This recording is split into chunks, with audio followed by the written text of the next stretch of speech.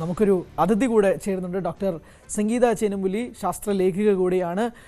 സംഗീത, നമസ്കാരം. ആദ്യം തന്നെ സ്വാഗതം ന്യൂസ് 18ലേക്ക്. പങ്കെടുത്തതിൽ സന്തോഷം. ഏറ്റവും പ്രധാനമായിട്ടും പറയാനുള്ളത്, ഒറ്റപ്പാലത്താണ് സംഗീതയും ഉള്ളത്, അവിടെ തന്നെയാണ് അനിൽ മേനോൻ്റെ വേരുകളും ഉള്ളത്, ഒറ്റപ്പാലത്താണ്. ഒരു അഭിമാന നേട്ടം ഒരു മലയാളി എന്ന രീതിയിൽ സംബന്ധിച്ചിടത്തോളം ഏറ്റവും അഭിമാനകരമായ കാര്യം, ബഹിരാകാശത്തേക്ക് ആദ്യമായി ഒരു മലയാളി എത്തുന്നു. ഞാൻ ആദ്യം അതിലേക്ക് തന്നെ തുടങ്ങാം. എങ്ങനെയാണ് സംഗീതയ്ക്ക് എന്താ തോന്നുന്നത് ഈ ഒരു വിഷയവുമായി ബന്ധപ്പെട്ട്? വലിയ സന്തോഷമുണ്ട്. കാരണം മലയാളി വേരുകളുള്ള ഒരാൾ ബഹിരാകാശത്ത് എത്തുന്നു. അദ്ദേഹം മലയാളം സംസാരിക്കുക, മലയാളം അറിയുന്ന ആളല്ല, ഒരു വിശ്വപൗരനാണ്. ശരിക്കും പറഞ്ഞാൽ അമ്മ ഉക്രൈൻകാരിയാണ്. വളർന്നതും ജനിച്ചതും വളർന്നതും പഠിച്ചതും എല്ലാം അമേരിക്കയിലാണ്. എങ്കിൽ പോലും വലിയ സന്തോഷമുണ്ട്. നമ്മുടെ സ്വാതന്ത്ര്യ സമരത്തിലൊക്കെ വലിയ പങ്കുവഹിച്ച ചേറ്റൂർ ശങ്കരൻ നായരുടെയൊക്കെ ഒരു പിൻതലമുറക്കാരൻ കൂടിയാണ് അദ്ദേഹം. അപ്പോ ചരിത്രത്തിന്റെ ഒരു നമ്മുടെ ചരിത്രവുമായി കൂടി ബന്ധപ്പെട്ട് കിടക്കുന്ന ഒരു കുടുംബത്തിൽ നിന്നാണ് വരുന്നത്. എന്നെ സംബന്ധിച്ചിടത്തോളം ഞങ്ങള് നിരന്തരം യാത്ര ചെയ്യുന്ന വഴിക്കാണ് ഈ ചേറ്റൂർ, പാലാട്ട് ആ വീടുകളൊക്കെ ഉള്ളത്. അപ്പൊ അതൊക്കെ കാണുമ്പോൾ നമ്മുടെ പ്രദേശത്ത് നിന്നുള്ള ഒരാൾ എന്നുള്ളൊരു തോന്നൽ കൂടി ഉണ്ട്. പക്ഷെ അതിനൊക്കെ അപ്പുറത്തേക്ക് മാതൃകകൾ ഉണ്ടാവുക എന്നുള്ളത് പ്രധാനമാണ്. എപ്പോഴും കുട്ടികൾക്ക്, യുവാക്കൾക്ക് ഒരു പ്രചോദനം നൽകുന്നത് മാതൃകകളാണ്.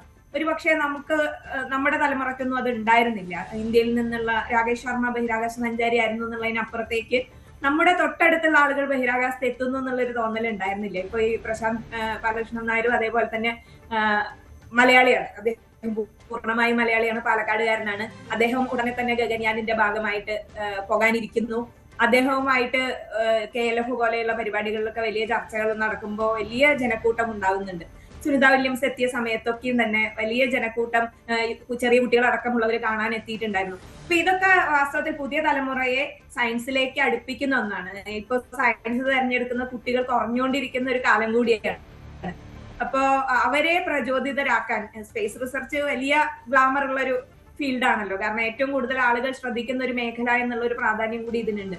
അപ്പൊ അത് തീർച്ചയായിട്ടും പുതിയ വളരെ ടാലന്റഡ് ആയ പുതുതലമുറയെ ശാസ്ത്രത്തിലേക്ക് ആകർഷിക്കാൻ സഹായിക്കും എന്നുള്ളതിൽ ഒരു ശാസ്ത്രാധ്യാപിക, സയൻസ് കമ്മ്യൂണിക്കേറ്റർ എന്നുള്ള നിലയ്ക്ക് എനിക്കും വലിയ സന്തോഷമുണ്ട്.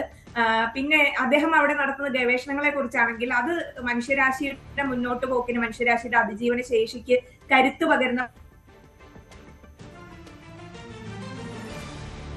സംഗീതയിലേക്ക് വരാം. ചെറിയൊരു ടെക്നിക്കൽ ഇഷ്യൂ മാത്രമുള്ള സംഗീതമാണ് സംസാരിക്കുന്നത്. എന്തായാലും മലയാളികൾക്ക് വളരെയധികം അഭിമാനമുണ്ടാക്കുന്ന രീതിയിൽ ആദ്യമായി ബഹിരാകാശത്തെത്തുകയാണ്. സംഗീത ഉണ്ടെന്നാണ് മനസ്സിലാക്കുന്നത്. സംഗീത, തുടരാം. അപ്പോ അദ്ദേഹം നടത്തുന്ന പരീക്ഷണങ്ങൾ നമ്മുടെ അറിവിനെയും അതിജീവന ശേഷിയെയും തീർച്ചയായും മുന്നോട്ട് കൊണ്ടുപോകുന്നവയാണ്. ഇദ്ദേഹത്തിന്റെ ഒരു പ്രത്യേകത എന്ന് പറയുന്നത്, പല മേഖലകളിൽ പഠനം നടത്തിയിട്ടുള്ള ആളാണ്. മെക്കാനിക്കൽ എഞ്ചിനീയറിംഗിലും അതേസമയം തന്നെ എമർജൻസി മെഡിസിനിൽ MD ഉണ്ട്. അദ്ദേഹത്തിന് പല ഫീൽഡിൽ പ്രവർത്തിച്ച് പരിചയമുണ്ട്. യുദ്ധരംഗത്ത് വൈദ്യസഹായം നൽകിയിട്ടുണ്ട്. അതേപോലെ തന്നെ കമ്മ്യൂണിറ്റിയിൽ സഹായം നൽകി പരിചയമുണ്ട്. ബഹിരാകാശ സഞ്ചാരികളുടെ ആരോഗ്യവുമായി ബന്ധപ്പെട്ട് ദീർഘകാലം പ്രവർത്തിച്ചിട്ടുണ്ട്. അപ്പൊ ഈ അറിവുകളെല്ലാം അദ്ദേഹത്തിന് തീർച്ചയായിട്ടും ഈ ദൗത്യത്തിൽ ഉപകാരപ്പെടും. കാരണം അദ്ദേഹത്തിന് അവിടെ ധാരാളം ഗവേഷണങ്ങൾ നടത്താനുണ്ട്. സാധാരണ ISS എത്തുന്ന എല്ലാ ബഹിരാകാശ സഞ്ചാരികൾക്കും വലിയ പരീക്ഷണങ്ങൾ നടത്താനുണ്ട്. അവര് പല മേഖലകളിൽ നിന്നുള്ള വിദഗ്ധർ തന്നെയാണ് അവിടെ എത്താറുള്ളത്. ഇദ്ദേഹത്തിന് മൾട്ടിപ്പിൾ മേഖലകളിൽ വൈദഗ്ധ്യമുണ്ട്. അദ്ദേഹം ഗവേഷണം നടത്താൻ പോകുന്ന മേഖലകൾ അദ്ദേഹത്തിന്റെ മേഖലയുമായി കൂടി ബന്ധപ്പെട്ടതുമാണ്. ഇപ്പോ ഉദാഹരണത്തിന് IV ഫ്ലൂയിഡ്സ് എങ്ങനെ നിർമ്മിക്കാം അവിടെ ഉപയോഗിക്കുന്ന ജലത്തിൽ നിന്ന്, കാരണം ഇവിടെ നിന്ന് എത്തിക്കുക എന്നുള്ളത് വലിയ പ്രയാസമാണ് അന്താരാഷ്ട്ര ബഹിരാകാശ നിലയത്തിലേക്ക്. അതുപോലെ തന്നെ എങ്ങനെയാണ് ഈ മൈക്രോഗ്രാവിറ്റി രക്തത്തിന്റെ ഘടനയെ ബാധിക്കുന്നത്, അതേപോലെ ശരീരത്തിലെ ഫ്ലൂയിഡ്സ് മുഴുവൻ തലച്ചോറിലേക്ക് കേന്ദ്രീകരിക്കുന്ന ഒരു അവസ്ഥ അവിടെയുണ്ട്. അപ്പോ അതെങ്ങനെ നാഡീവ്യവസ്ഥയെ ബാധിക്കുന്നു, അതുപോലെ തന്നെ ഹൃദയത്തിനെ ബാധിക്കുന്നു, അതൊക്കെ പഠിക്കുന്നുണ്ട്. പിന്നെ കോശങ്ങൾ 3D പ്രിന്റ് ചെയ്യാനുള്ള ഒരു സാധ്യത അന്വേഷിക്കുന്നുണ്ട്. കാരണം ഭൂമിയിൽ കോശങ്ങൾ 3D പ്രിന്റ് ചെയ്യുമ്പോൾ അത് നിലനിൽക്കാത്ത അവസ്ഥയുണ്ട്. മൈക്രോഗ്രാവിറ്റിയിലാകുന്ന സമയത്ത് ഇതിന് യോജിച്ച് നിന്നുകൊണ്ട് ടിഷ്യൂസ് ഫോം ചെയ്യാൻ പറ്റുമോ എന്നൊക്കെയുള്ള പരീക്ഷണങ്ങൾ നടത്താനുണ്ട്. അതൊക്കെ ഭാവിയിൽ നമുക്ക് കൃത്രിമാവയവങ്ങൾ ലാബിൽ 3D പ്രിന്റ് ചെയ്ത് എടുക്കുന്ന ഒരു അവസ്ഥയിലേക്ക് എത്തിക്കുകയാണെങ്കിൽ എത്ര പേരുടെ ജീവനായിരിക്കും അതുകൊണ്ട് രക്ഷപ്പെടുക എന്നുള്ളത് നമുക്ക് ആലോചിക്കാവുന്നേ ഉള്ളൂ. അതേപോലെ നേരത്തെ സൂചിപ്പിച്ച പോലെ സെമി കണ്ടക്ടർ റിസർച്ച്, അത് കമ്പ്യൂട്ടിംഗ് പോലെയുള്ള മേഖലകളിൽ വലിയ മുന്നേറ്റങ്ങൾക്ക് സഹായിക്കുന്നതാണ്. മറ്റൊന്ന് AI ഓഗ്മെന്റഡ് റിയാലിറ്റി ഒക്കെ ഉപയോഗിച്ചുകൊണ്ടുള്ള വൈദ്യ പരിശോധനകൾ, അത് റിമോട്ടായിരുന്നുകൊണ്ട് ബഹിരാകാശ സഞ്ചാരികളുടെ ആരോഗ്യത്തെ നിർണ്ണയിക്കാനൊക്കെ ഭാവിയിൽ ഉപയോഗിക്കാൻ പറ്റുന്നതാണ്. ഇപ്പോഴും ചെയ്തുകൊണ്ടിരിക്കുന്നുണ്ട്. അവർ ടെസ്റ്റ് സബ്ജക്ട്സ് കൂടിയാണ്. അവരുടെ വൈറ്റൽസ് എപ്പോഴും പരിശോധിച്ചുകൊണ്ടിരിക്കുകയും അത് ഭൂമിയിൽ ഇരിക്കുന്ന എന്ന് വിലയിരുത്തിക്കൊണ്ടിരിക്കുകയും ചെയ്യുന്നുണ്ട്. പക്ഷെ കുറെ കൂടി അഡ്വാൻസ്ഡ് ആയിട്ട് അത്തരം മെഡിക്കൽ പരീക്ഷണങ്ങൾ നടത്താനുള്ള ഒരു സാധ്യത ഇത് തുറക്കുന്നുണ്ട്. പിന്നെ ഒരു ഇടത്താവളം എന്നുള്ള നിലയ്ക്ക് ചൊവ്വ പോലെയുള്ള സ്ഥലങ്ങളിലേക്ക് പോകുമ്പോൾ ബഹിരാകാശ നിലയത്തെ ഉപയോഗിക്കാനുള്ള അല്ലെങ്കിൽ ബഹിരാകാശ കോളനികൾ ഭാവിയിൽ ഭൂമിയിൽ ജീവിതം അസാധ്യമാകുന്ന സമയത്ത് മറ്റ് ഗ്രഹങ്ങൾ ചന്ദ്രൻ പോലെയുള്ള ഗോളങ്ങളിലേക്കും ഒക്കെ നമുക്ക് കുടിയേറി പാർക്കാനോ അല്ലെങ്കിൽ ബഹിരാകാശ കോളനി സ്ഥാപിക്കാനോ ഒക്കെയുള്ള സാധ്യതകളിലേക്കും കൂടി ഈ ഗവേഷണങ്ങൾ നയിക്കുന്നുണ്ട്. പിന്നെ ഇതൊക്കെ അൾട്ടിമേറ്റ്ലി നമ്മുടെ ജീവിതത്തിലേക്ക് തന്നെ വന്നെത്തും. കാരണം ഈ ആദ്യഘട്ടത്തിൽ അത് ബഹിരാകാശ സഞ്ചാരികൾ മറ്റൊരു ഗ്രഹത്തിലേക്കൊക്കെ നമുക്ക് മാറാൻ കഴിയും. അങ്ങനെ ഒരു ആദ്യ സ്റ്റെപ്പായിട്ട് അങ്ങനെ ഒരു ആദ്യ പടിയായിട്ടൊക്കെ നമുക്ക് മാറ്റാൻ കഴിയുമോ? പ്രത്യേകിച്ച് ചന്ദ്രനിലോ അല്ലെങ്കിൽ ചൊവ്വയിലോ ഒക്കെ അങ്ങനെ ഒരു സാധ്യത എന്നൊക്കെ പറയുമ്പോഴേക്കും അങ്ങനെ ഒരു സാധ്യതയും കൂടി ഉണ്ടാവും. അതിന്റെ ഒരു ഫസ്റ്റ് സ്റ്റെപ്പായിരിക്കും എന്നുള്ളതാണ് ചോദ്യം. നമുക്കൊരു നമുക്ക്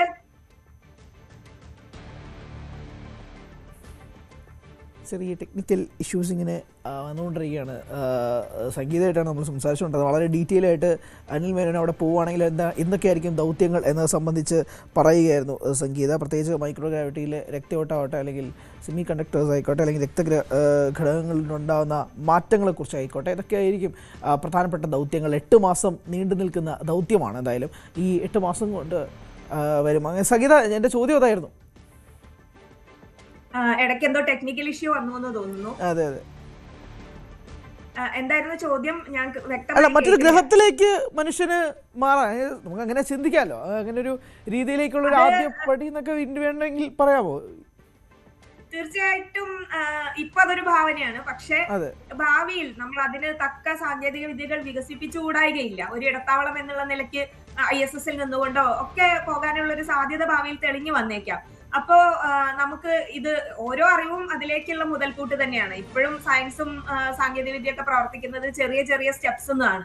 അതിങ്ങനെ മുന്നോട്ട് പോയി ഒരു വലിയ നേട്ടത്തിലേക്ക് എത്തുകയാണ് ചെയ്യുക. അല്ലാതെ പെട്ടെന്നൊരു ലീപ്പ് ഉണ്ടാവുകയല്ല ചെയ്യുക. നമ്മൾ വലിയ ലീപ്പ് എന്നൊക്കെ പറയുമെങ്കിലും അതിന്റെ പിന്നിൽ നടക്കുന്ന വർക്ക് എന്ന് പറയുന്നത് സ്റ്റെപ്പ് ആയിട്ട് തന്നെയാണ്. അതിലേക്കുള്ളൊരു പടിയെന്ന് നമുക്ക് വേണമെങ്കിൽ പറയാം. മാത്രമല്ല, ഇത് ബഹിരാകാശ നിലയം ഇപ്പൊ നമ്മൾ എത്രയോ കാലമായിട്ട് ആളുകൾ പോയി വരുന്നുണ്ട്, അവിടെ വളരെ കാലം താമസിക്കുന്നുണ്ട്. അപ്പോ ഈ ഗവേഷണങ്ങളൊക്കെ അതിന് മുതൽക്കൂട്ട് തന്നെയാണ്. അതേപോലെ ഞാൻ നേരത്തെ പറഞ്ഞ പോലെ നമ്മുടെ നിത്യജീവിതത്തിലേക്ക് വന്നെത്തും. ഇപ്പൊ നമ്മുടെ മൊബൈൽ ഫോൺ ക്യാമറ ആയാലും നമ്മൾ ഉപയോഗിക്കുന്ന ബേബി ഫുഡ്സ് അടക്കം ഈ സ്പേസ് റിസർച്ചിന്റെ ഭാഗമായിട്ട് വന്നിട്ടുള്ളതാണ്. അപ്പോ ഇത് നിത്യജീവിതത്തിലേക്ക് വന്നെത്തുന്ന കാലവും വിദൂരമല്ല. ഒരു 5-10 വർഷം കൊണ്ട് തന്നെ ഇതിലെ പല സാങ്കേതിക വിദ്യകളും നമ്മൾ ഉപയോഗിക്കുന്ന അവസ്ഥയുണ്ടാവും. നമ്മുടെ എൻഡ്യൂറൻസിനെ, നമ്മുടെ അതിജീവന ശേഷിയെ, മനുഷ്യരാശിയുടെ അതിജീവന ശേഷിയെ കൂട്ടാൻ കൂടിയുള്ള ഒറ്റ കാര്യം കൂടി. ഈ സ്പേസ് എക്സുമായി ബന്ധപ്പെട്ട ഒരു കാര്യം, 2018-ലാണ് അനിൽ മേനോൻ സ്പേസ് എക്സിൽ ചേരുന്നത്. ഭാവിയിൽ ഒരു ചാന്ദ്ര ദൗത്യങ്ങളിലൊക്കെ അദ്ദേഹം ഉണ്ടാവാനുള്ള സാധ്യതയുണ്ടോ? ഒരു വേഗ് ക്വസ്റ്റ്യൻ ആയിരിക്കാം, പക്ഷെ എന്നാലും അത് പക്ഷെ നമുക്ക് അങ്ങനെ സ്പെക്കുലേറ്റ് ചെയ്യാൻ പറ്റില്ല. കൃത്യമായും ഈ ദൗത്യത്തിന് വേണ്ടി ആളുകളെ തെരഞ്ഞെടുക്കുന്നത് വളരെ നേരത്തെ കൂടി ചെയ്യുന്ന പ്രോസസ്സാണ്. 2021-ൽ ഇദ്ദേഹം പരിശീലനം ആരംഭിച്ചിട്ടുണ്ട്. അപ്പോ അത് നമുക്ക് പ്രവചിക്കാനാവില്ല. ഓരോ സ്ഥലത്തെയും ഓരോ സാഹചര്യങ്ങൾക്കനുസരിച്ചാണല്ലോ തെരഞ്ഞെടുപ്പ് നടത്തുന്നത്. എന്തായിരിക്കും അദ്ദേഹത്തിന്റെ സാധ്യത എന്നുള്ളത് നമ്മൾ പ്രവചിക്കുന്നത് ശരിയല്ല. കാരണം സയൻസ് അങ്ങനെ ഒരു പ്രവചനാത്മകമായ ഒരു പരിപാടി അല്ലല്ലോ. വ്യക്തമാണ്. എന്തായാലും വളരെ ഡീറ്റെയിൽ ആയിട്ട് തന്നെ സംഗീതം സംസാരിച്ചു. നമുക്ക് സമയപരിധി ഉള്ളതുകൊണ്ടാണ് ഞാൻ ഇവിടെ വെച്ച് നിർത്തുന്നത്. കുറച്ചധികം കാര്യങ്ങൾ ചോദിക്കണമെന്നും അറിയണമെന്നും ഉണ്ടായിരുന്നു. എന്നാലും വളരെയധികം നന്ദി, സന്തോഷം സംഗീത, പങ്കെടുത്തതിൽ, സംസാരിച്ചതിൽ, വിശകലനം നടത്തിയതിൽ. Thank you so much. നന്ദി. സംഗീതയാണ് നമ്മളോടൊപ്പം ചേർന്നത്. എന്തായാലും ഒരു അഭിമാനകരമായ നേട്ടം തന്നെയാണ് ഇത് എന്ന് പറയാതിരിക്കാൻ കഴിയുന്നു. കൂടുതൽ വാർത്തകൾക്ക് News 18 Keralam YouTube channel subscribe ചെയ്യുക.